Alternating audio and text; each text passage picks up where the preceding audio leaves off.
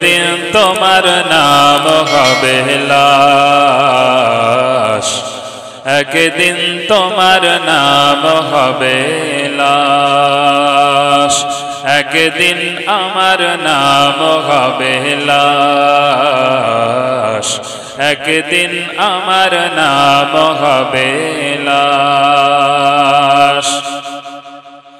সাদা কাফন পরবে দেহ রবে না আর আপন কে গো, সাদা কাফন পরবে দেহ রবে না আর আপন কে গো, বন্ধ হবে রে নিঃশ্বাস, একদিন তোমার নাম হবে লাশ, একদিন তোমার নাম হবে লাশ।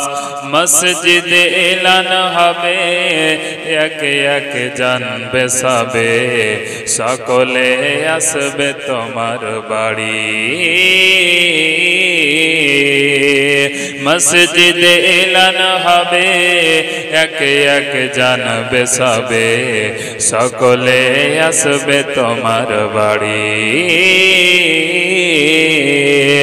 বড়ই পাতা গরম পানি আনিবে কেউ আতর দানি, বড়ই পাতা গরম পানি আনিবে কেউ আতর দানি, কেউ গিয়ে কাটবে ঝাড়ের বাঁশ, একদিন তোমার নাম হবে লাশ, একদিন তোমার নাম হবে লাশ। আল্লাহুম্মা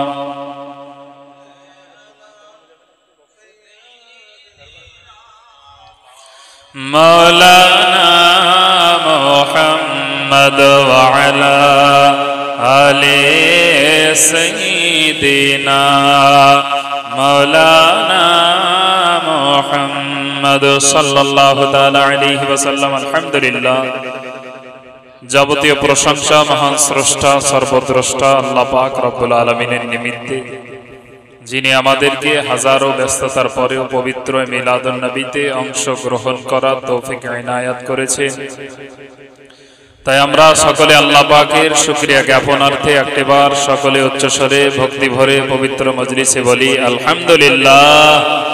পরে পরে আপনার নবী, আমার নবী তথা সারা বিশ্বের নবী, যিনি সৃষ্টি জগতের মূল আকর্ষণ, যিনি বিশ্ব সভার সভাপতি, সকল নবী ও রাসূলের মাথার মুকুট, মাথার তাজ, আহমদ মুজতবা মুহাম্মদ মুস্তাফা সাল্লাল্লাহু তাআলা আলাইহি ওয়াসাল্লামের প্রতি কোটি কোটি দরুদ ও সালাম বৃষ্টির ধারা বর্ষিত হোক, অর্পিত হোক, নাজিল হোক। আরো একটিবার আমরা সকলে বলি আল্লাহুম্মা আমিন। আমি যে মহাগ্রন্থ অটুট বিধান লৌহ কলামের ভাষা আল কোরআন থেকে যে আয়াতে মুবারাকা তেলাওয়াত করেছি, এই আয়াতটি সূরা আল মাইদা আয়াত নাম্বার 35 মধ্যে লিপিবদ্ধ রয়েছে। এছাড়া রাসূল পাক সাল্লাল্লাহু তাআলা আলাইহি ওয়াসাল্লাম তিনি বুখারী শরীফের হাদিস হযরতে সাহাবী আবু হুরায়রা রাদিয়াল্লাহু তাআলা আনহু এক সময় রাসূল পাকের দরবারে আসার পরে আরজ করে, وعن أبي هريرة رضي الله تعالى عنه قال قلت يا رسول الله إني أسمع منك حديثا كثيرا أنساه قال أبسط رداءك فبسطته فغرف يديه ثم قال زمه فزممته فما نسيت شيئا بعده। হযরত আবু হুরায়রা রাদিয়াল্লাহু তাআলা আনহু রাসূল পাকের নিকটে আসার পরে বলে, ইয়া রাসূলুল্লাহ, ইয়া হাবিবাল্লাহ, আমি আপনার দরবারে আপনার নিকট থেকে হাজারো হাদিস শ্রবণ করি। হাজারো হাদিস শ্রবণ করার পরে ইয়া রাসূলুল্লাহ একটাও মনে রাখতে পারি না, সব ভুলে যাই। কে বলছে? সাহাবী আবু হুরায়রা, আব্দুর রহমান জিনার প্রকৃত নাম। তো সাহাবী আবু হুরায়রা রাদিয়াল্লাহু তাআলা আনহু তিনি বলেন, ইয়া রাসূলুল্লাহ, আমি যেটাই শুনি শোনার পরে ভুলে যাই, মনে রাখতে পারি না। তো হুজুর আপনার দরবারে আমি এসেছি, কোনো একটা আমার ব্যবস্থা করে দিন।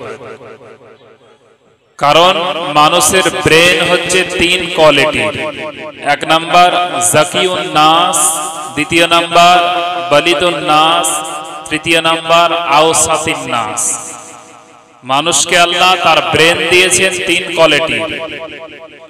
এমনও ব্যক্তি আছে যাদের ব্রেনটা জাকিউন নাস, অর্থাৎ এতটাই তীক্ষ্ণ ব্রেন যে যেটা পড়ে এবং যেটা শোনে, কানে যেটা শোনে সবই মনে থাকে। একবার শুনে নিলে বা একবার পড়ে নিলে সেই জিনিসটা আর কখনোই ভোলে না। তাদের ব্রেনটাকে বলা হয় জাকিউন নাস। দ্বিতীয় নাম্বার ব্রেন হচ্ছে আওসাতিন নাস, অর্থাৎ পড়ার পরে মুখস্থ করে নেয়, তারপরে আবার না পড়লে ভুলে যায়। এরকম ব্রেন আছে না অনেক মানুষের? আমাদের তাই হয়, পড়ে নিলাম, মুখস্থ করে নিলাম, আবার হয়তো কিছুদিন দেখলাম না, সেটা ভুলে গেলাম। 3 নাম্বার হচ্ছে আওসাতিন আপনার বালিদুন নাস, ওই ব্রেন যেটা পড়ার পরেও মনে রাখতে পারে না, লেখার পরেও শোনার পরেও কোনো মতেই মনে রাখতে পারে না, তাকে বলা হয় বালিদুন নাস, অর্থাৎ একদম ভোতা ব্রেন, কিছুই মনে রাখতে পারে না। তো সাহাবী আবু হুরায়রা রাদিয়াল্লাহু তাআলা আনহুর ব্রেনটাও সেম এই কোয়ালিটির ছিলেন, বালিদুন নাস, একদম লুজার ব্রেন, কিছুই মনে রাখতে পারতেন। তো তিনি মনে মনে ইচ্ছা করলেন যে আমি আমার এই ব্রেন কোয়ালিটি বাড়ানোর জন্য আমি রাহমাতুল লিল আলামিন নবীর দরবারে যাব। আচ্ছা, জ্ঞানের মালিককে জ্ঞান দেনেওয়ালা আল্লাহ না? আল্লাহ মালিক। আবু হুরায়রা রাদিয়াল্লাহু তাআলা আনহু উনি তো নিজেও আল্লাহর দরবারে দোয়া চাইতে পারতেন যে আল্লাহ তুমি আমার ব্রেনটা অনেক কমা দিয়েছো, আল্লাহ তুমি মেহেরবানি করে আমাকে ব্রেনটা তুমি তীক্ষ্ণ করে দাও, আমার মজবুত ব্রেন করে দাও যেন আমি পড়া ইত্যাদি এগুলো মনে রাখতে পারি। কিন্তু উনি শিক্ষা দিলেন আমাদেরকে যে অবশ্যই কোন জিনিসের জন্য মাধ্যমের দরকার আছে। আমি আবু হুরায়রার দোয়া আল্লাহর দরবারে যদি দ্রুত কবুল নাও হয়, রাসূলে পাকের নিকটে যাওয়ার পরে আমি যদি নবীর মাধ্যমে আল্লাহর কাছে দোয়া চাই, আমার আল্লাহ মুহূর্তের মধ্যে রাসূলুল্লাহর দোয়াটা কবুল করে নেবেন। বলুন সুবহানাল্লাহ। কবিতায় বলেন তেরি দোয়া না আসর সে কভি মুলুল হুই, তেরি দোয়া না আসর সে কভি মুলুল হুই, ইদার পাক জুবা সে নিকলি উদার কবুল হুই। বলুন সুবহানাল্লাহ। আল্লাহ রাসূলের জবান থেকে দোয়া বেরি হতে পারতো না, বের হওয়ার আগেই আল্লাহ তেনার দোয়াটা কবুল করে নিতেন। বলুন সুবহানাল্লাহ। তাই কবি বলছেন তেরি দোয়া না আসর সে কভি মুলুল হুই, ইদার পাক জুবা সে নিকলি উদার কবুল হুই। আল্লাহ রাসূলের জবান থেকে বের হতে না হতে আল্লাহ পাক কবুল করে নিতে, সেটাকে যে দোয়াই করতেন আল্লাহ সঙ্গে সঙ্গে কবুল করে নিতেন। তাই তো আল্লাহ পাক রব্বুল আলামিন তিনি মাধ্যম সম্পর্কে সূরা আল মাইদা, মাইদা শব্দের আবিধানিক অর্থ হচ্ছে দস্তরখানা, যেটা পেতে খাবার ইত্যাদি খেতে হয় আল্লাহ রাসূলের সুন্নাত। কিন্তু বর্তমান আমরা এই দস্তরখানায় খাবার আমরা ম্যাক্সিমাম লোকই আমরা খাই না, তাই না? খাই দস্তরখানায় খাবার কেউ খায় না। কিন্তু হ্যাঁ, ইহুদি খ্রিস্টানের নিয়ম অনুযায়ী আমরা প্রত্যেকটা মানুষের চেয়ার টেবিল করে নিই, কিন্তু দস্তরখানাটা আমরা করতে পারি না, দুঃখের বিষয়। দস্তরখানা এটা জান্নাতি, যত খাবার জান্নাতের মেহমানদেরকে আল্লাহ খাওয়াবেন, প্রত্যেকটা খাবারের জন্য দস্তরখানা বিছানো থাকবে। এমনকি আল্লাহ পাক আগের নবী ঈসা আলাইহিস সালামের জামানায় জান্নাতি খাবার পাঠাতেন, দস্তরখানা সহ আল্লাহ খাবার পাঠাতেন। তাই দস্তরখানায় খাবার খাওয়া স্বয়ং আল্লাহ রাসূলের সুন্নাত। এই কারণেই যে দস্তরখানায় আপনি খাবার খেলে একটা যদি ভাতের দানাও পড়ে যায়, সেই দানাটা আপনি উঠিয়ে খেতে পারবেন। বুঝতে পারলেন? এই কারণে দস্তরখানায় খাবার খাওয়াটাই হচ্ছে সুন্নাত। তো দস্তরখানা কোন সূরার মানে? সূরা আল মাইদা। মাইদাতুন শব্দের অর্থই হচ্ছে দস্তরখানা। এই সূরা আল মাইদার 35 নম্বর আয়াতে আল্লাহ রাব্বুল আলামিন তিনি জানাচ্ছেন, বিসমিল্লাহির রহমানির রহিম, ইয়া আইয়ুহাল্লাযীনা আমানু ওয়াবতাগু ইলাইহিল ওয়াসিলা। আল্লাহ পাক রব্বুল আলামিন তিনি বলেন যে হে আমার বিশ্বাসী বান্দারা, তোমরা যারা আমাকে বিশ্বাস করে নিয়েছো, আমাকে না দেখে মেনে নিয়েছো, আমার নবীর প্রতি ঈমান নিয়ে এসেছো। ঈমান বা মুমিন কাদেরকে বলা হয়? যারা আল্লাহ পাককে না দেখে বিশ্বাস করে নিয়েছে, তার প্রিয় নবীকে বিশ্বাস করে নিয়েছেন, আগের যত নবীগণকে বিশ্বাস করেছেন, আসমানি কিতাব সমূহকে বিশ্বাস করেছে, আল্লাহ জান্নাত জাহান্নাম বানিয়েছেন বিশ্বাস রেখেছেন। এক কথায় আমার নবীজি আপনার কিনা ইমানে মুফাসসাল এবং ইমানে মুজাম্মালের যে অর্থ, এই অর্থ অনুযায়ী যারা মেনে নেবে, এরাই হচ্ছে প্রকৃত মুমিন। আল্লাহ পাক রব্বুল আলামিন তিনি বললেন, হে বিশ্বাসী বান্দারা, তোমরা যারা আমাকে মেনে নিয়েছো, তোমরা প্রথম কাজ হলো ইত্তাকুল্লাহ, আল্লাহকে ভয় করা। এক নাম্বার কাজ হলো আল্লাহকে ভয় করা লাগবে। দ্বিতীয় নাম্বার কাজ হলো আপনার কিনা আপনার কিনা ইত্তাকুল্লাহ ওয়াবতাগু ইলাইহিল ওয়াসিলা, মাধ্যম তলাশ করতে হবে, ওসিলা খুঁজতে হবে। অর্থাৎ ওসিলা ছাড়া আপনি ডাইরেক্টলি আপনার কিনা আল্লাহকে অত সহজেই পেতে পারবেন না, অত সহজেই পাবেন না। তাই ওসিলা খোঁজাটা এটা আল্লাহর কোরআনের বাণী, আল্লাহর কোরআনে তিনি জানিয়ে দিলেন। তাই আবু হুরায়রা রাদিয়াল্লাহু তাআলা আনহু উনি আল্লাহর নবীর নিকটে যাওয়ার পরে বলেন, ইয়া রাসূলুল্লাহ, ইয়া হাবিবাল্লাহ, নবী গো, আমি আবু হুরায়রা আপনার নিকটে এসেছি। ইয়া রাসূলুল্লাহ, আমার ব্রেনটা এতটাই দুর্বল, আমি কোনো কিছু শোনার পরে মনে রাখতে পারি না। ইয়া রাসূলুল্লাহ, আপনি মেহেরবানি করে আমাকে যদি কোনো একটা ব্যবস্থা করে দেন। আমার আপনার নবীজি আবু হুরায়রা রাদিয়াল্লাহু তাআলা আনহুকে বললেন, হে আবু হুরায়রা, আবসুত রিদাউকা, তুমি তোমার চাদরখানা খুলে নাও। আবু হুরায়রা রাদিয়াল্লাহু তাআলা আনহু উনি ওনার চাদরটা খুলে নিলেন। আমার আপনার নবীজি তিনি বললেন, চাদরটা খুলে নেওয়ার পরে তোমার চাদরটা জমিনে বিছিয়ে দাও। আবু হুরায়রা রাদিয়াল্লাহু তাআলা আনহু উনি ওনার গায়ের চাদরটা খোলার পরে জমিনে বিছিয়ে দিলেন। এবার আমার আপনার নবী তিনি আপনার কিনা চাদরের মধ্যে ওনার দুই হাতটা কেমন জানি কে পড়ে লাগিয়ে দিলেন। শুধুমাত্র চাদরের উপরে হাতটা বলিয়ে দিলেন। হাতটা বলিয়ে দেওয়ার পরে ফাকরাফা ইয়াদাইহি, দুই হাতটা চাদরে বলিয়ে দিলেন। তারপরে নবী আমার বলেন, সুম্মা ক্বালা সুম্মা গো, হে আবু হুরায়রা, তুমি তোমার চাদরটা তুলে তোমার সিনায় লাগিয়ে নাও। আবু হুরায়রা রাদিয়াল্লাহু তাআলা আনহু ফাযামামতুহু, তিনি বলেন, আমি আমার চাদরটা উঠিয়ে আমার সিনায় লাগিয়ে নিলাম, আমার বুকের মধ্যে চাদরটা লাগিয়ে নিলাম।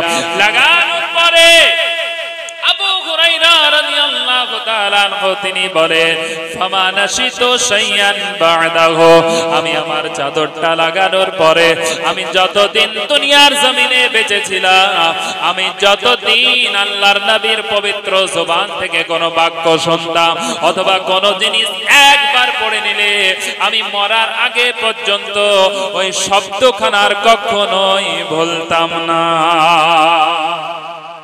আর কখনোই আমি সেই শব্দখানা বলতাম না।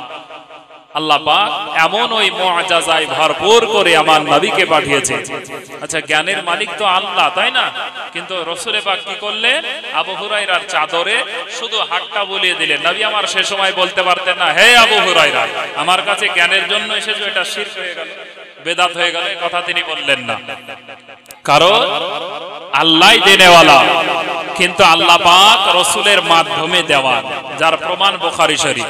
বুখারী শরীফ কিতাবুল ইলম ৭১ নম্বর হাদিস, হযরত রাসূল পাক সাল্লাল্লাহু তাআলা আলাইহি ওয়াসাল্লাম তিনি বলেন, মান ইউরিদুল্লাহু বিহি খায়রান ইউফাক্কিহু ফিদ্দীন, ইন্নামা আনা কাসিবুন ওয়াল্লাহু ইউতি। নবী আমার তিনি জানিয়ে দিলেন, আল্লাহ যাকে পছন্দ করেন, আল্লাহ যাকে ভালোবাসেন, আল্লাহ যাদেরকে পছন্দ করেন তাদেরকে আলেম বানান, তাদেরকে ইসলামের শিক্ষা দান করেন, তাদেরকে ইসলামিক এডুকেশন দান করা হয়। আমার আল্লাহর ইচ্ছার বাইরে কিন্তু আলেম হওয়া যায় না। বুখারী শরীফের হাদিস থেকে প্রমাণ পাওয়া গেল। তারপরে নবী আমার তিনি বললেন, ইন্নামা আনা কাসিমুন ওয়াল্লাহু ইউতি, নিশ্চয় আল্লাহ হলেন দেনেওয়ালা এবং আমি রাসূলুল্লাহ হলাম तमाम পৃথিবীর আপনার আল্লাহ সৃষ্টি জগৎকে বাঁটনেওয়ালা। বাঁটনেওয়ালা মানে বিতরণকারী, বাঁটনেওয়ালা। তাই হুজুর আলা হযরত আজিমুল বরকত মুজাদ্দিদ দ্বীন মিল্লাত কনজুল কারামাত তিনি বলে, কौन देता है देने को मोह चाहिए, कौन देता है देने को मोह चाहिए, देने वाला है साचा हमारा नबी, देने वाला है साचा हमारा नबी, सबसे आला आला हमारा नबी, सबसे बोलो तुमरा सबाई एकसंगे, सबसे आला वो आला हमारा नबी, सबसे ला हमारा नबी, खल्क से औलिया औलिया से रसूल, खल्क से औलिया औलिया से रसूल, और रसूलों से आला हमारा नबी, सबसे ला हमारा नबी, सबसे बाला वो आला, आसमानों ही पर सब नबी रह गए, आसमानों ही पर सब नबी रह गए, अर्श आज़म पर पहुँचा हमारा नबी, सबसे आला वो आला हमारा नबी, सबसे बाला वो नबी। अल्लाहुम्मा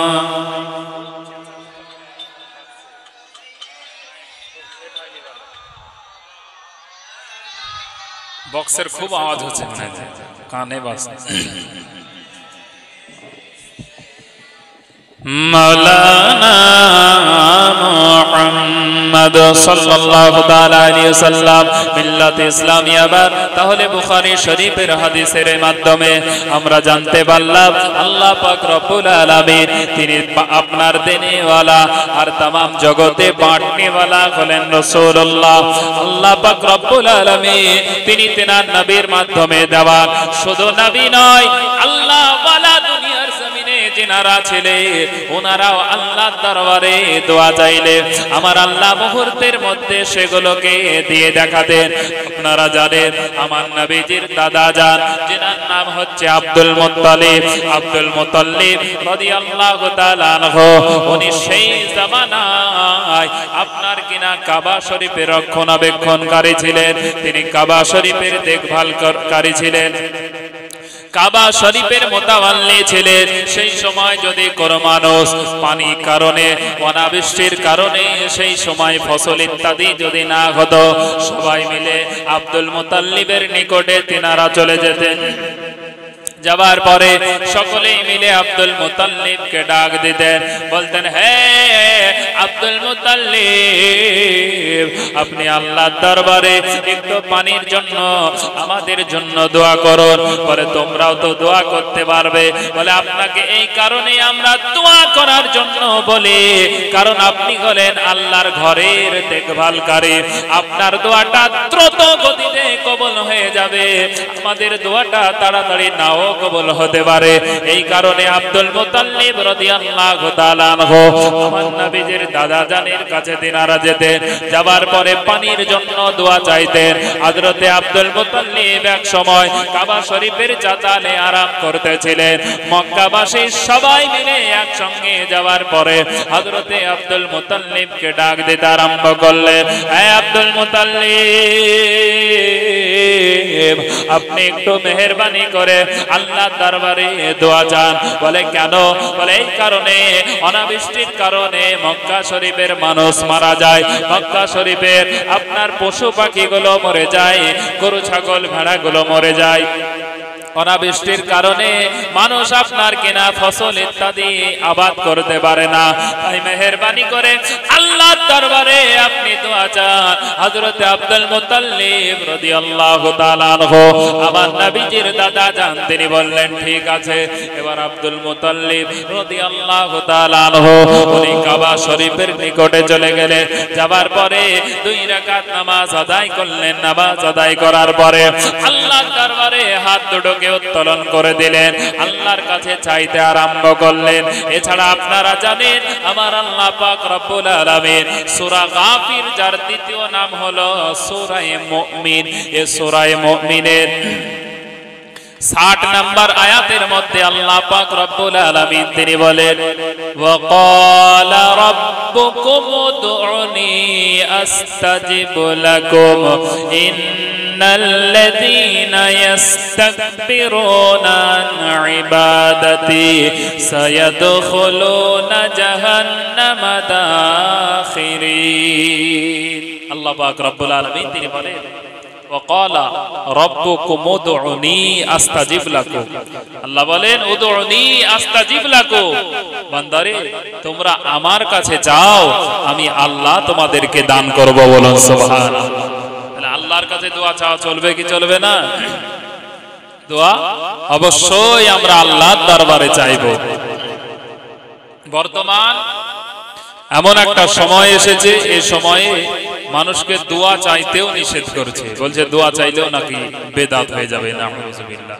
বর্তমান এমন একটা সময় দোয়া চাইলেও বলছে বেদাত হয়ে যাবে। অতএব আমরা এদের কথা শুনবো না।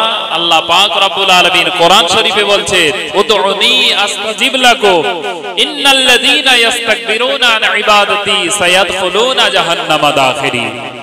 নিশ্চয় যারা আমার এই ইবাদত থেকে মুখ ফিরিয়ে চলে যাবে, মানে দোয়া যারা করবে না, মুখ ফিরিয়ে চলে যাবে, সায়াদখুলুনা জাহান্নামা দাখিরিন, তাদের জন্য জাহান্নামের লাঞ্ছনাদায়ক শাস্তির ব্যবস্থা থাকবে। বুঝতে পারলেন? তাহলে দোয়া করা লাগবে কি লাগবে না?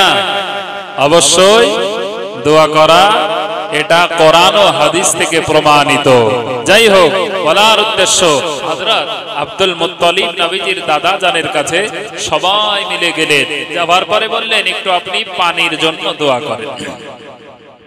মিল্লাতে ইসলামী আমার হযরত আব্দুল মুত্তালিব রাদিয়াল্লাহু তাআলা আনহু ওনার নিকটে সবাই মিলে চলে গেলেন। যাবার পরে বলেন, হে আব্দুল মুত্তালিব আপনি পানির জন্য আল্লাহর দরবারে দোয়া চান। হযরত আব্দুল মুত্তালিব তিনি কাবার নিকটে যাওয়ার পরে 2 রাকাত নামাজ আদায় করে নিলেন। নামাজ আদায় করে নেওয়ার পরে আল্লাহর দরবারে হাত তুলে নিলেন। আল্লাহর দরবারে হাত তোলার পরে দোয়া চাইতে আরম্ভ করলেন, রব্বুল আলামিন আল্লাহ গো, তুমি মেহেরবানি করে মক্কাবাসীর প্রতি তোমার রহমতের পানি বর্ষণ করো। ওগো আল্লাহ, মেহেরবানি করে তুমি দয়া করে তাদেরকে পানি বর্ষণ করো।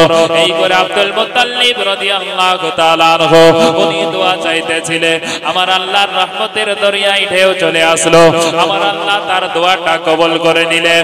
আমার আল্লাহ পাক রব্বুল আলামিন তিনি মক্কাবাসীর জন্য পানি দান করলেন। হযরতে আব্দুল মুত্তালিব রাদিয়াল্লাহু তাআলা আনহু ওনার দোয়ার কারণে পানি বর্ষণ হয়ে গেল, মক্কাবাসী ঠান্ডা হয়ে গেলেন। এটা তো আমার নবীজি আসার বহু আগে তিনার দাদা জানের দোয়ার কারণে আমার আল্লাহ পানি বর্ষণ করেছিলেন।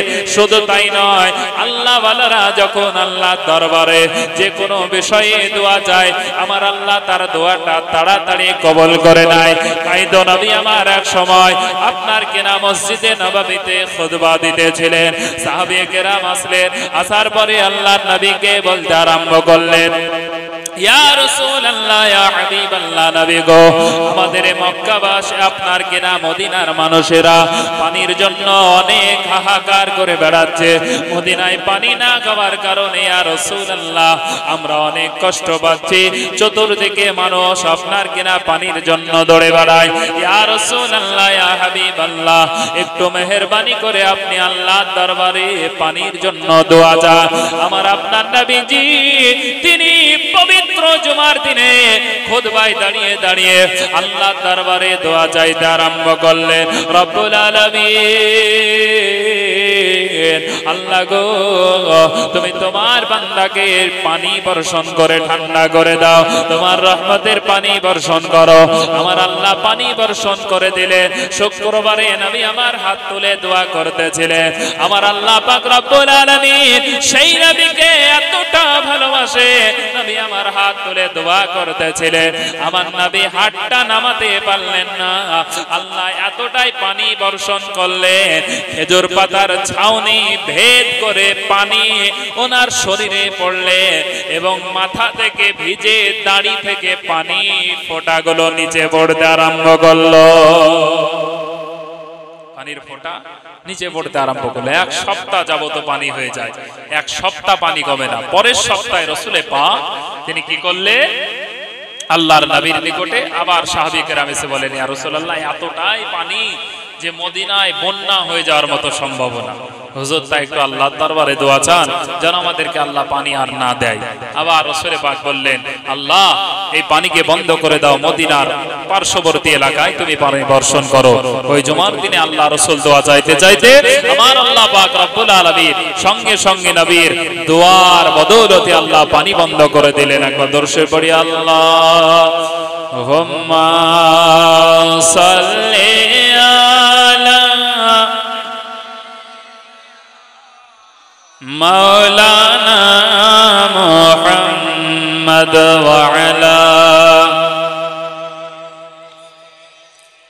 মাওলানা মুহাম্মদ।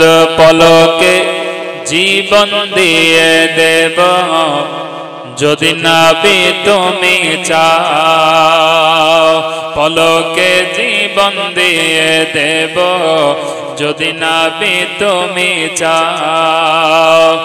আর জি আমার এই জীবনে, আর জি আমার এই জীবনে একবার দেখা দাও, হাবিবি ইয়া রাসূলুল্লাহ, হাবিবি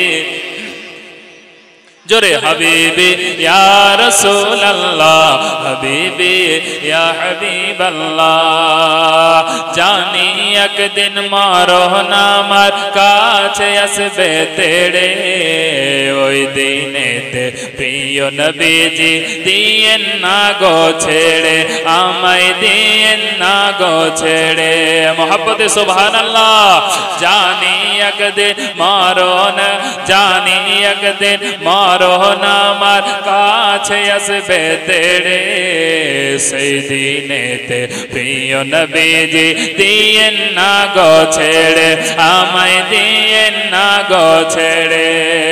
জীবনটা কুরবান করে দেব যদি নবী তুমি চাও, জীবনটা কুরবান করে দেব যদি নবী তুমি চাও। আর জি আমার এই জীবনে, আর জি আমার এই জীবনে একবার দেখা দাও, হাবিবি ইয়া রাসূলুল্লাহ, হাবিবি ইয়া রাসূলুল্লাহ, হাবিবি। সাহাবাদের যোগে যদি এই জীবনটা পেতাম, নবী তোমার নূর চেহারা নিজের চোখে দেখতাম গো, নিজের চোখে দেখতাম। মুহাব্বতে সুবহানাল্লাহ।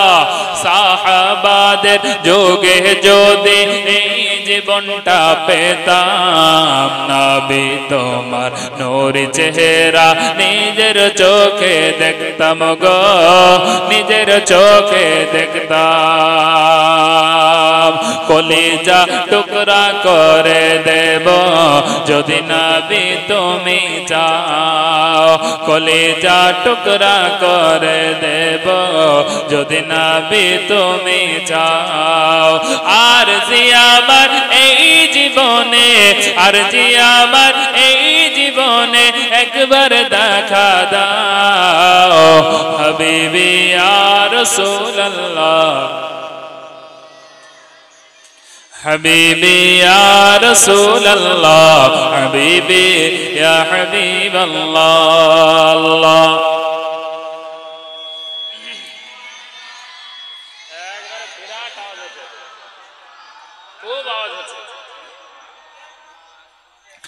وعلى آل سيدنا مولانا محمد সাল্লাল্লাহু তাআলা আলাইহি সাল্লাম। তাহলে আমরা বুঝতে পারলাম ওসিলা সম্পর্কে, মানে মাধ্যম।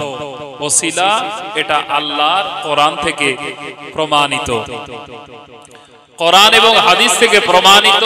ওসিলা নেওয়া এটা আল্লাহর হুকুম। সূরা আল মাইদা আয়াত নাম্বার 35।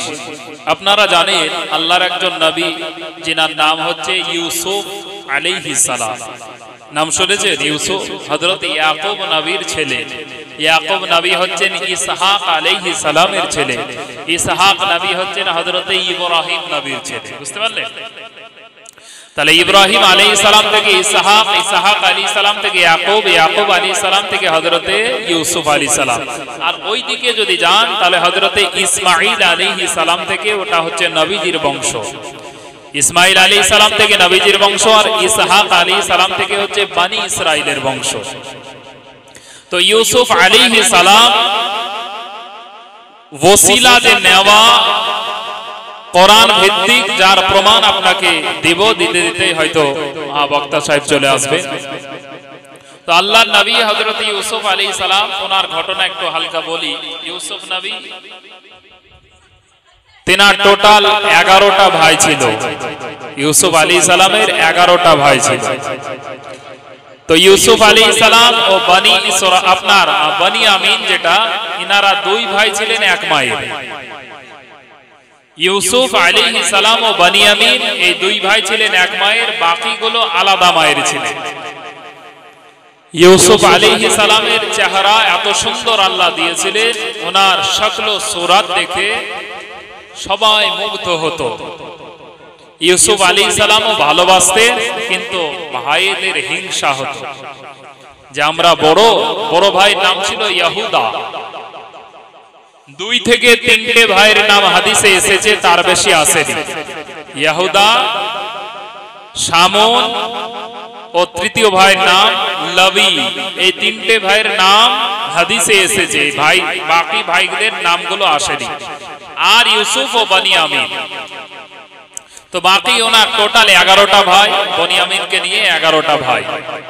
তো ইউসুফ আলাইহিস সালাম তিনি এক সময় দেখে ইউসুফ আলাইহিস সালাম ওনার ভালোবাসা এতটাই ভালোবাসতেন হযরতে ইয়াকুব আলাইহিস সালাম, যে নিজের কাছ থেকে কোনো সময় ওনাকে কোথাও যেতে দিতেন না, সব সময় নিজের কাছে আগলে রাখতেন।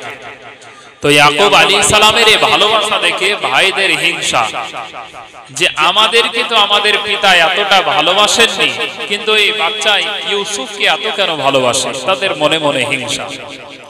তবে হ্যাঁ, ইউসুফের চেহারা এত সুন্দর আল্লাহ দিয়েছিলেন, যার চেহারার সৌন্দর্য দেখে মানুষ দেখেই পাগল হতো। ওনার ফুফু, ওনার বিটি ছিলেন ওই কেনান গ্রামেই তিনার বাড়ি ছিলেন। তো ইউসুফ আলাইহিস সালামের বাচ্চাবেলায় ওনার মা ইন্তেকাল হয়ে যাওয়ার কারণে ওনার ফুফুজান নিজের বাড়িতে নিয়ে যেয়ে কখনো কখনো রাখতেন হযরতে ইউসুফ নবীকে। তো কিছুদিন রাখতে রাখতে ইয়াকুব নবী তিনি বললেন যে হে আমার বোন, তোমার বাড়িতে যদি আমার ইউসুফকে রাখি আমি তো থাকতে পারি না, অতএব তোমার বাড়িতে আমার ইউসুফকে রাখবো না, আমি আমার বাড়িতেই রাখবো। তো তখন তিনি বারবার আরজি করতে লাগলেন ভাইয়ের কাছে, ইয়াকুব নবীর কাছে ওনার বোন কি বললেন, হযরত ইয়াকুব আলাইহিস সালামের কাছে তিনার বোন আরজি করতে আরম্ভ করলেন, হে আমার ভাই, আপনার এই ছেলে ইউসুফ নবীকে যদি আপনি আমার কাছে না দেন, ইউসুফকে আমার কাছে না দেন, ওই সময় বাচ্চা ছেলে তিনি যে নবী হবেন এটা জানতেন না। তবে হ্যাঁ, ওনার শক্ল সুরাত, ওনার চেহারা দেখে সবাই সেই সময় পাগল হতো। ওনার ফুফুজান তিনি বললেন, হে আমার ভাই, আপনি আপনার ছেলেকে আমার বাড়িতে যেতে দিন, আমি আপনার ছেলেকে কোনো সময় কষ্ট দেব না, যেহেতু আমার সন্তান হয়নি, আমি আপনার ছেলেটাকে মানুষ করব। ইয়াকুব আলাইহিস সালাম তিনি সিদ্ধান্ত নিলে, ঠিক আছে, বারবার যখন বোন তুমি বলো তোমার বাড়িতে এক সপ্তাহ রাখবে, আমার বাড়িতে এক সপ্তাহ রাখবো, এইভাবে আমার সন্তান হযরত ইউসুফ আলাইহিস সালাম আমার কাছে এক সপ্তাহ, তোমার কাছে এক সপ্তাহ এইভাবে থাকবে। বোন রাজি হয়ে গেলেন, নিজের আপনার কেনা ভাইপোকে নিয়ে হযরত ইয়াকুব আলাইহিস সালামের ছেলে ইউসুফ নবীকে নিয়ে তিনি বাড়ির দিকে চলে গেলেন। যাবার পরে 1 2 3 দিন করে 7 দিন যখন কেটে গেল, ইয়াকুব নবীর বোন তিনি চিন্তা করলেন, এবার আমার মনে হয় 7 দিন পরে আমার ভাইপো হযরত ইউসুফ আলাইহিস সালামকে ইয়াকুব নবীর কাছে ফিরিয়ে দিতে হবে, ইয়াকুব নবীর বাড়িতে তিনাকে চলে যেতে হবে। আমি তাকে ফিরিয়ে দিলে একা কেমন করে বাড়িতে থাকবো, যেহেতু আমার কোনো সন্তান সন্ততি নাই। তাই ইয়াকুব নবীর বোন তিনি চিন্তা করলেন, আমি আমার ভাইয়ের কাছ থেকে যেইভাবেই হোক না কেন আমি আমার ভাইপোকে ছিনিয়ে নিতে চাই, আমি আমার ভাইপোকে আমার বাড়িতে রাখতে চাই। হযরত ইয়াকুব নবীর বোন তিনি আপনার কিনা মনে মনে একটা চিন্তা করলেন, আমি ইয়াকুব নবীর ছেলে, আমার ভাইয়ের ছেলে ইউসুফ নবীকে যদি আমি যেইভাবেই হোক যদি তাকে চোর বানিয়ে দিতে পারি, তবে সেই জামানার নিয়ম ছিল যদি কোনো ব্যক্তি আপনার কিনা চোর হিসাবে ধরা পড়ে, যার বাড়িতে চুরি করবে, সেই জামানার বিচার হলো তার বাড়ির গোলামি করা লাগবে 6 মাস। কয় মাস? 6 মাস গোলামি করা লাগবে। আচ্ছা, উনি একটা মনে মনেই চিন্তা করলেন যে আমার ভাইপোকে যদি আমি যেইভাবেই হোক চোর সাবিত করতে পারি, মানে ভালোবাসার কারণে আমি আমার ভাইপোকে বাড়ি থেকে পাঠাবো না, এই ভালোবাসার কারণে কি করবে, পাগল হয়ে গিয়েছে। হযরত ইয়াকুব আলাইহিস সালামের বোন তিনি চিন্তা করলেন, আমি আমার ভাইপোকে যদি চোর বানিয়ে দিতে পারি, তবে আমার ভাইপো আমার ভাইয়ের কাছে যাওয়ার পরে আমি চোর হিসাবে প্রমাণ করে দেব। তারপরে কেনানের নীতি অনুযায়ী, কেনানের নিয়ম অনুযায়ী আমি আমার ভাইপোকে 6 মাসের জন্য আমার বাড়িতে নিয়ে নিব। এই চিন্তা করে হযরত ইয়াকুব আলাইহিস সালামের বোন তিনি কি করলেন, হযরত ইয়াকুব আলাইহিস সালামের পুত্র ইউসুফ নবীর কোমরে আপনার কিনা কোমর বিছা, এই কোমর বিছাটা ইউসুফ নবীর কোমরে বেঁধে দিলেন, বেঁধে দিয়ে উপর দিয়ে কাপড় দিয়ে জিনিসটাকে ঢেকে দিলেন। হযরত ইউসুফ আলাইহিস সালামের যখন 1 সপ্তাহ গুজরে গেল, বিটির বাড়ি বা ফুফু মায়ের বাড়ি থেকে 1 সপ্তাহ পরে হযরত ইয়াকুব নবীর বাড়িতে ফিরে চলে গেলেন। বাড়িতে রেখে চলে গেলেন, ওনার ফুফুজান বাড়িতে রাখার পরে বাড়ি ফিরে নিজের বাড়ি ফিরে চলে গেলেন। বাড়ি ফিরে যাওয়ার পরে সকালে ধরেন ফিরিয়ে দিয়ে গেল, দুপুরের মধ্যে আবার তিনি ভাইয়ের বাড়ি চলে এসেছে ইয়াকুব নবীর কাছে। আসার পরে বলে, ভাইজান আমার সর্বনাশ হয়ে গেল। বলে, কি সর্বনাশ? বলে, আমার কাছে যে আমার পিতার দেওয়া অর্থাৎ হযরতে ইসহাক নবীর দেওয়া কোমর বিছা, এই কোমর বিছাটা নবীদের নিদর্শন ছিল। হযরতে ইব্রাহিম নবী ওনার ছেলে ইসহাক আলাইহিস সালামকে দিয়েছিলেন, ইসহাক নবী ওনার মেয়েকে দিয়েছিলেন যে এটা আমার পরে যে নবী হবেন তিনাকে দিবে, মানে ইয়াকুব আলাইহিস সালাম পাবেন জিনিসটা। তো এই কোমরে বাঁধা কোমর বিছাটা তিনি ছলে কৌশলে ইউসুফ নবীর কোমরে বেঁধে দিয়েছে। ইউসুফ আলাইহিস সালাম তিনি তো বাচ্চা, সেই সময় বাড়িতে এসেছে, বলে যে বোন তুমি কি মনে করো তোমার কোমর বিছা কে নিয়েছে? বাড়িতে কি ভালো করে খুঁজেছো? বলে হ্যাঁ আমি অবশ্যই খুঁজেছি। বলে কোনো জায়গায় আমি পাইনি। বলে তোমার এই বাড়িতে আসার কারণটা কি হারিয়ে গিয়েছে তার? তুমি কি বলতে চাইছো? বলে ভাই আমার মনে হয় ইউসুফ চলে আসার পরেই আমার কোমর বিছাটা পাচ্ছি না, আমি একবার হলেও ইউসুফের কাছে তল্লাশ করতে চাই।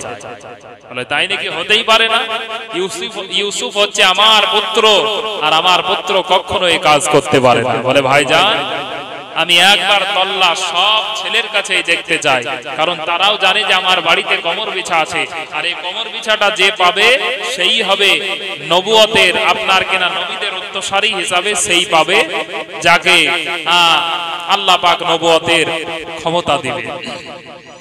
তখন ইয়াকুব নবী তো একটু রাগান্বিত হলেন, কিন্তু তারপরেও তিনি হুকুম দিলেন যে ঠিক আছে, তোমার যখন ইচ্ছা দেখবে কে চুরি করেছে তো দেখো। একবার খোঁজ করতে করতে করতে ইউসুফ আলাইহিস সালামের মাজায় কাপড় বাঁধা ছিল, কাপড়টা খুলে দেখে কাপড়ের ভিতরে আপনার কোমর বিছাটা বাঁধা রয়েছে। তিনি দেখে বলে এই তো ইউসুফের মাজাতেই বাঁধা রয়েছে। হযরত ইয়াকুব আলাইহিস সালাম তিনি চুপ হয়ে গেলেন। তখন ওনার ফুফুজান তিনি বলেন যে ভাই ইউসুফের কাছেই তো পাওয়া গিয়েছে, কি করব? বলে কি করবে মানে তুমি তোমার বিছাটা নাও, নিয়ে বাড়ি চলে যাও। হযরত ইয়াকুব আলাইহিস সালামকে তিনি বলতে আরম্ভ করলেন, হে আমার ভাইজান আপনি কি কেনানের নিয়ম ভুলে গিয়েছেন? আপনি কি কেনানের নীতি ভুলে গিয়েছেন? বলে কেনানের নিয়মটা কি তুমি বলো। হে আমার বোন তুমি নিয়মটা কি বলো। হযরত ইয়াকুব আলাইহিস সালামকে তিনি বলতে আরম্ভ করলেন, হে আমার প্রাণের ভাই আপনি কি কেনানের নিয়ম জানেন না? কেনানে যদি কোনো ব্যক্তি চুরি করে ধরা পড়ে যায়, তবে সেই ব্যক্তিকে যার বাড়ি চুরি করবে তার বাড়িতে 6 মাস গোলামি করা লাগবে। অতএব আমি ইউসুফকে ছাড়তে চাই না, ইউসুফকে আমি আমার বাড়িতে রাখতে চাই 6 মাস। বলুন সুবহানাল্লাহ। এটা হচ্ছে ভালোবাসা। ওনার ফুফুজান হযরত ইয়াকুব আলাইহিস সালামের কাছ থেকে ইউসুফ নবীকে নিতে চাইলেন, তিনি আর উপায় পেলেন না, যেহেতু এটা কেনানের নিয়ম ছিল। হযরত ইউসুফ আলাইহিস সালামকে ওনার ফুফুজান তিনি নিয়ে চলে গেলেন।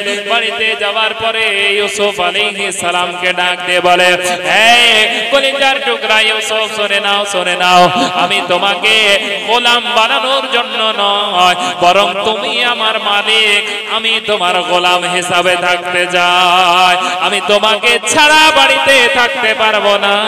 তাই ইউসুফ আমি তোমাকে আমার বাড়িতে নিয়ে এসেছি। ইউসুফ নবী ওনার মা বাচ্চাওয়ালা ইন্তেকাল হয়েছিল, তাই তিনি ফুফুজানের ভালোবাসা অনেক পেয়েছিলেন। ইউসুফ নবী অনেক আনন্দিত, বলে ফুফুজান আমি আপনার কাছেই থাকতে চাই। বাড়িতে থাকতে থাকতে থাকতে কয়েক মাসের মধ্যে ওনার ফুফু ইন্তেকাল হয়ে গিয়েছিলেন। আবার পিতার কাছে হযরতে ইউসুফ আলাইহিস সালাম ফিরে এসেছিলেন। মানে উনি রাখবেন বলেছিলেন 6 মাস, কিন্তু মুফাসসিরিন কেরাম বলছেন যে 2.5 থেকে 3 মাসের মধ্যে ওনার ফুফুজান ইন্তেকাল করেছিলেন। হযরত ইউসুফ আলাইহিস সালাম ওনার পিতার বাড়িতে ফিরে আসলেন, ইয়াকুব আলাইহিস সালামের বাড়িতে ফিরে আসলেন।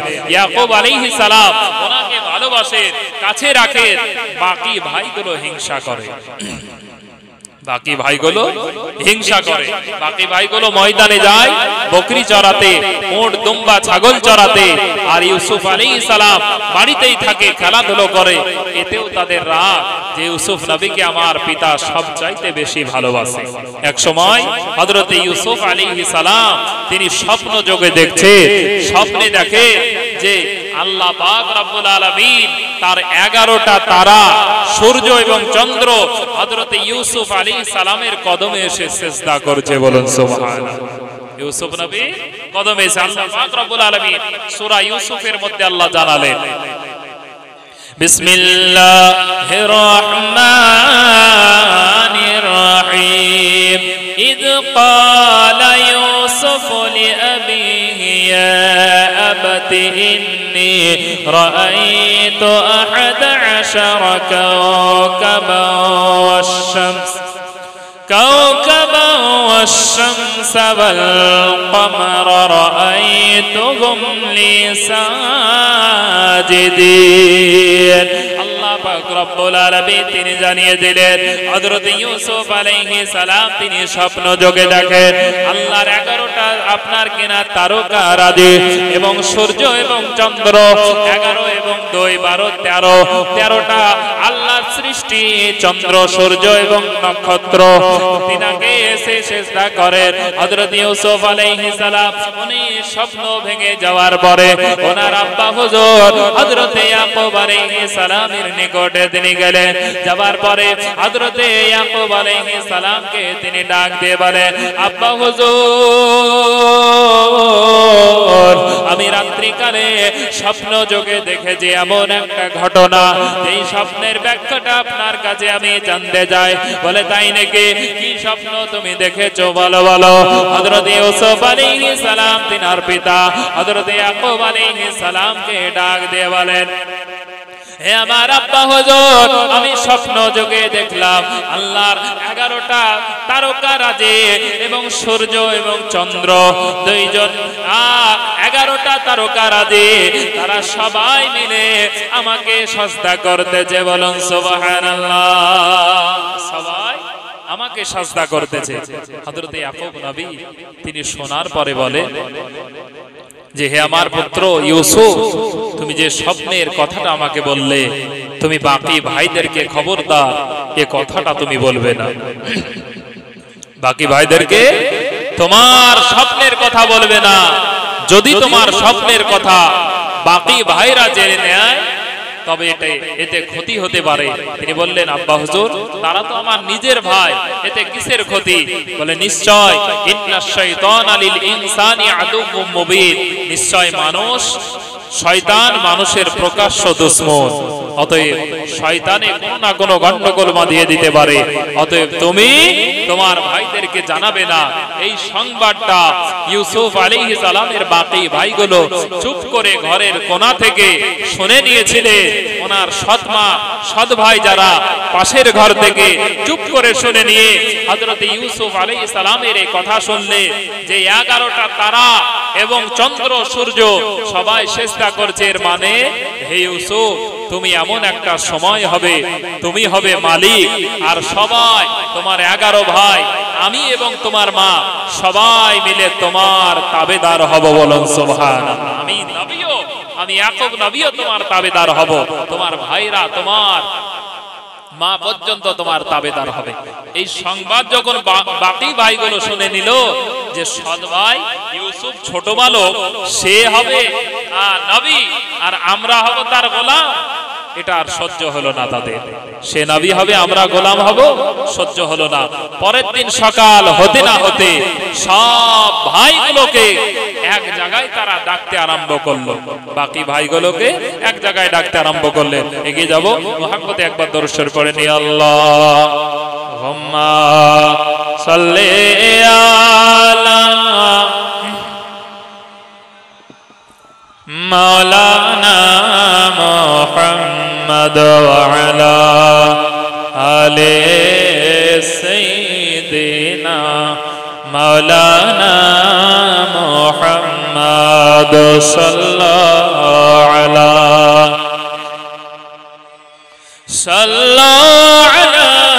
মুহাম্মদ হরদম ज़बान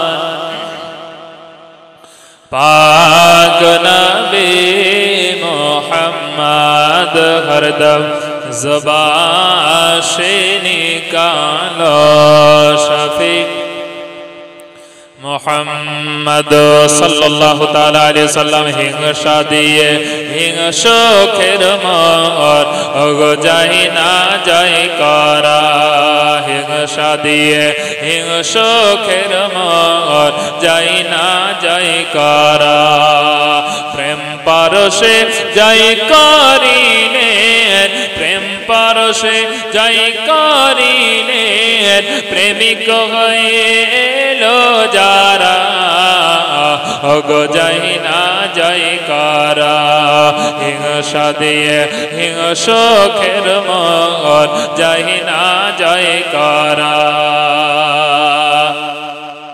সারা জীবন প্রেম বেলায়ে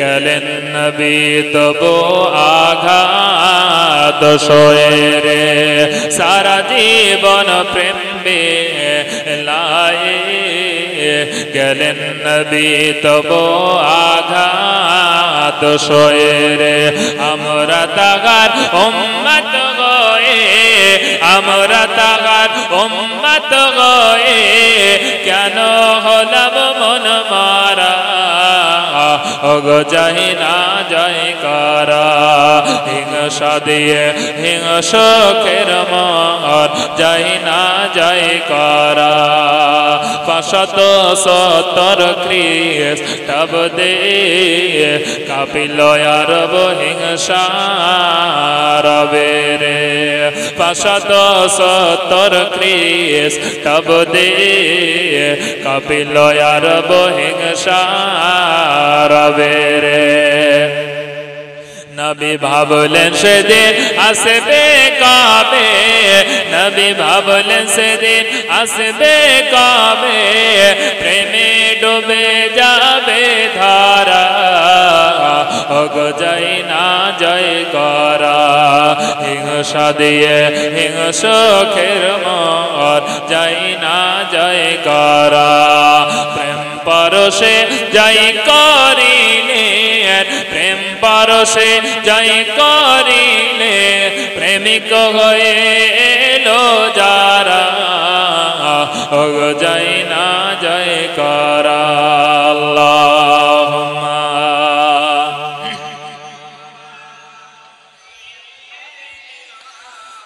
মাওলানা মুহাম্মদ ওয়া আলা আলি সাইয়্যিদিনা মিল্লাত ইসলামী আমার হযরত ইয়াকুব আলাইহিস সালাম তিনি সবচেয়ে বেশি ভালোবাসতেন ইউসুফ আলাইহিস সালামকে এক নম্বরে কারণে তার ভাইগুলো তেনাকে আপনার কিনা হিংসা করত দ্বিতীয় নাম্বার ইউসুফ আলাইহিস সালাম যখন তিনি তেনার স্বপ্নের কথা বলে দিলেন আমি স্বপ্ন যোগে দেখেছি 11টা তারকা রাজে এবং সূর্য চন্দ্র সহ আমাকে সবাই সাজদা করছে ইউসুফ আলাইহিস সালামকে তেনার পিতা বলে দিলেন আমার কলিজার টুকরা ইউসুফ শুনে নাও তুমি তোমার ভাইদেরকে বলবে না তোমার স্বপ্নের কথা তুমি যদি তোমার স্বপ্নের কথা বলে দাও তবে তোমার ভাইরা তোমার সঙ্গে দুশমনি করতে আরম্ভ করবে হযরত ইউসুফ আলাইহিস সালাম তিনি তিনার স্বপ্নের কথা বললেন না কিন্তু তারপরেও পাশের ঘর থেকে চুপ করে শুনে নিল তারা হযরত ইউসুফ আলাইহিস সালামের এই ঘটনা শুনে নেওয়ার পরে তারা সব জায়গায় আপনার কিনা ভাই যারা ছিল তাদেরকে একত্রিত করে নেওয়া হলো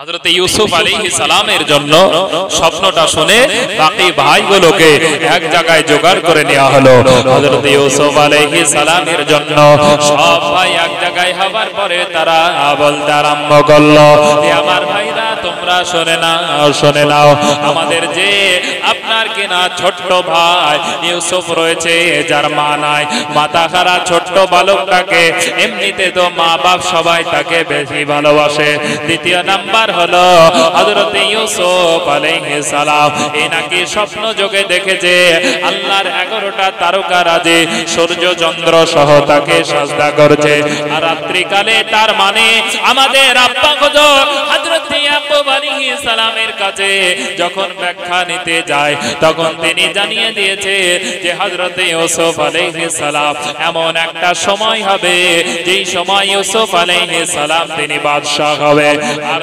সবাই তার তাবেদার গোলাম হবে এটা কি মানা যাবে ভাইরা বলছে মানা যাবে বলে তাই তো কি করে হতে পারে আমরা বড় বড় ভাই শক্তিশালী ভাই কাজ করি কর্ম করি আর ইউসুফ মাতাহারা এ আব্বার জায়গাটা নিবে এটা তো হতেই পারে না ভাইদের হিংসা হযরত ইউসুফ আলাইহিস সালাম তিনি কিছুই জানেন না ভালোবাসেন কিন্তু তারপরেও তারা চক্রান্ত করে তারা বলল যে ঠিক আছে আমরা সবাই মিলে যে কোনো একটা কাজ আমাদেরকে করতে হবে, ভাই ইউসুফকে হত্যা করতে হবে, নাহলে দেশ ছাড়া করতে হবে, এমন দূরে পাঠিয়ে দিতে হবে যেন ইউসুফকে আমার পিতা আমাদের পিতা খুঁজেই না পায়। হযরত ইউসুফ আলাইহিস সালামকে আপনারা জানেন লম্বা ঘটনা, বলতে অনেক সময় লাগবে।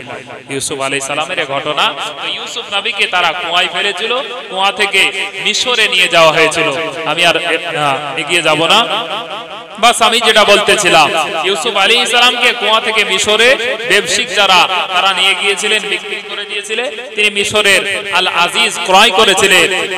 তার বাড়িতে থাকতে থাকতে তিনি আবার সেই জায়গার বাদশা আজিজ হয়েছিলেন, তিনি বাদশা হয়েছিলেন।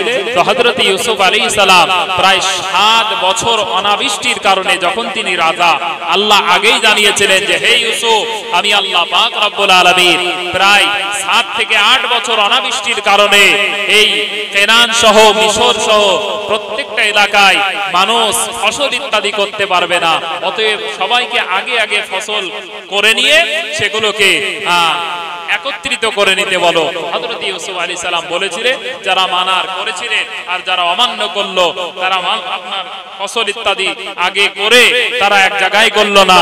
ইউসুফ আলাইহিস সালাম যে সময় এ সংকটের সময় চলে আসলো, অনাবৃষ্টি প্রায় 7 বছর পানি নাই, ফসল ইত্যাদি হবে, পশুপাখি বাঁচবে, মরুভূমির এলাকা।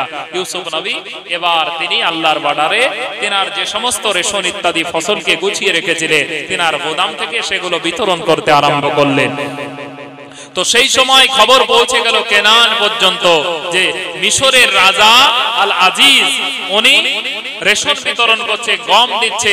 তো তখন তারা 10 ভাই মিলে সে জায়গায় গিয়েছিলেন। যাওয়ার পরে ইউসুফ নবী চিনে নিয়েছিলেন, কিন্তু তারা চিনতে পারল না। ইউসুফ আলাইহিস সালাম লম্বা ঘটনা খাবার দিয়ে তিনি পিতার কথা জিজ্ঞাসা করলেন, তোমাদের পিতার নাম কি? তারা বলল, আমাদের পিতার নাম ইয়াকুব আলাইহিস সালাম, তিনি হচ্ছেন কেনানের নবী, হযরতে ইসহাক আলাইহিস সালামের পুত্র। তিনি বললেন, তাই নাকি? তিনি জানছেন যে ওনার পিতা, পরিচয় দিচ্ছেন না। কি করলেন? উনি জিজ্ঞাসা করলেন, তোমাদের পিতার অবস্থা কি? বলে, আমাদের পিতা হযরত ইয়াকুব আলাইহিস সালাম সন্তান হারার বেদনায় কান্না করে করে 2 চোখে তিনার দৃষ্টি হারা হয়ে গিয়েছে, দেখতে পান না। বলে, কেন? বলে, আমাদের ছোট্ট একটা ভাই ছিল ইউসুফ, ইউসুফকে বাঘে খেয়ে নিয়েছে, এই কারণে আমাদের পিতা তিনি কান্না করে করে চোখে দৃষ্টি হারিয়ে ফেলেছে। বলে, তাই নাকি? ছেলেকে তোমাদের ভাইকে বাঘে খেয়েছে? মিথ্যা কথা। ইউসুফ আলাইহিস সালামের সামনে। তারপরেও তিনি কিচ্ছু বললেন না। তিনি কি করলেন? গায়ের জামাটা খুলে ফেললেন। খোলার পরে জুব্বা ওনার শরীরে যেটা পরিধান করা ছিল তিনি খোলার পরে বলছেন, ইযহাবু বিকামিসি হাযা ফাআলকুহু আলা ওয়াজহি আবি ইয়াতি বাসীরা। সূরা আপনার ইউসুফের 93 নম্বর আয়াতে আল্লাহ রাব্বুল আলামিন তিনি জানিয়ে দিলেন। জামাটা খোলার পরে তিনি বললেন, তোমাদের পিতার কাছে নিয়ে যাও, ইয়াকুব নবীর কাছে নিয়ে যাও। তিনারা বললেন, এই জামাটা কি হবে জাহাপানা? হে মহারাজা, আপনি যে রাজা পোশাকটা দিলেন এটা কি হবে?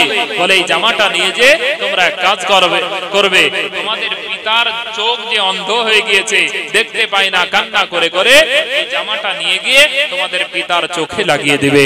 লাগার সঙ্গে সঙ্গে একটা মজা দেখতে পাবে।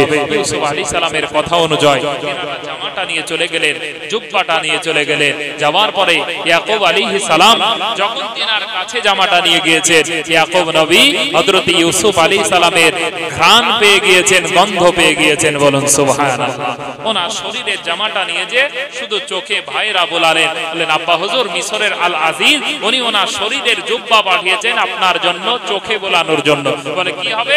বলে, চোখে লাগালেই চোখের দৃষ্টি ফিরে পাবে।